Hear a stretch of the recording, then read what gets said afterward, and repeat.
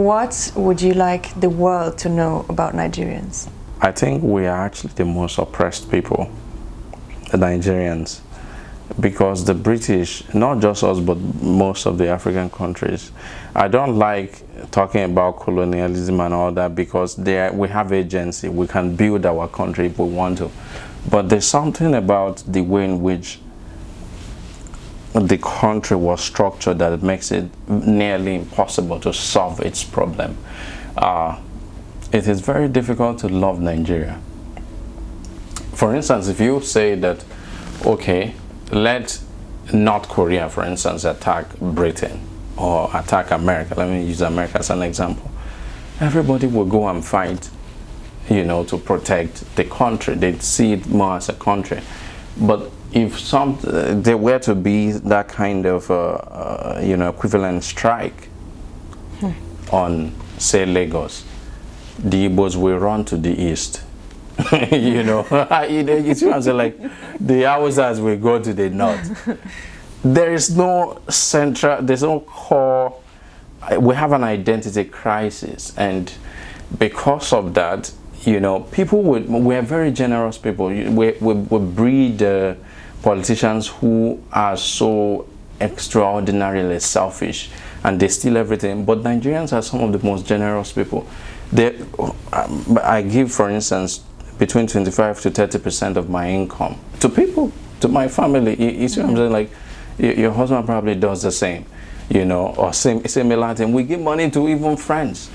Americans don't do that. You know, an American mother will sell her car to her son. That's impossible in Nigeria. You see what I'm saying? So why then do we steal these things?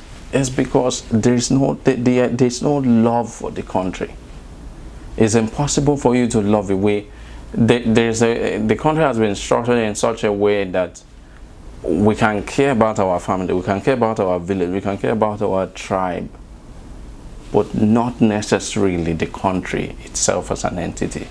So in that regard, I feel like we are in an impossible situation. So we are screwed for generations to come, and it's a sad thing. Some people were screwed for some time, you know, okay, slavery, for instance, African Americans. But I mean, some of them have recovered. You can be a multi-billionaire NBA players, for instance. But we are screwed, you know, for generations to come because of the way the country is. So this is really what I have come to discover about Nigerians. I feel like people don't realize that how much we really want the country to succeed, but we just can't do it. Why do you think the country doesn't get love from Nigerians? Why do you think the country is what it is? Well, because of what I'm describing. There's something about, there's no soul. It's hard to put it in words, really. Okay, so Americans, for instance, will say, so and so behavior is not American. You see what I'm saying? So there's something about what is American. What is Nigerian? I've never heard anybody describe something and say, this is not Nigerian. You can say, okay, this is not the way our culture is, our Igbo culture or Yoruba culture. You know what I'm saying? But there's no such thing as this is not Nigerian. The only thing that people can say that for would be like respect, you know, where, you know, so it feels like a unified thing where you can call somebody by their name if they're older than you. That is really the only thing. There isn't any other thing. So the Nigerian identity almost does not exist. This is why it's not that painful to leave the country. In fact, as it is now, I think that almost everybody I know, I can say that 80% of Nigerians or 85% of Nigerians are there only because they can't leave.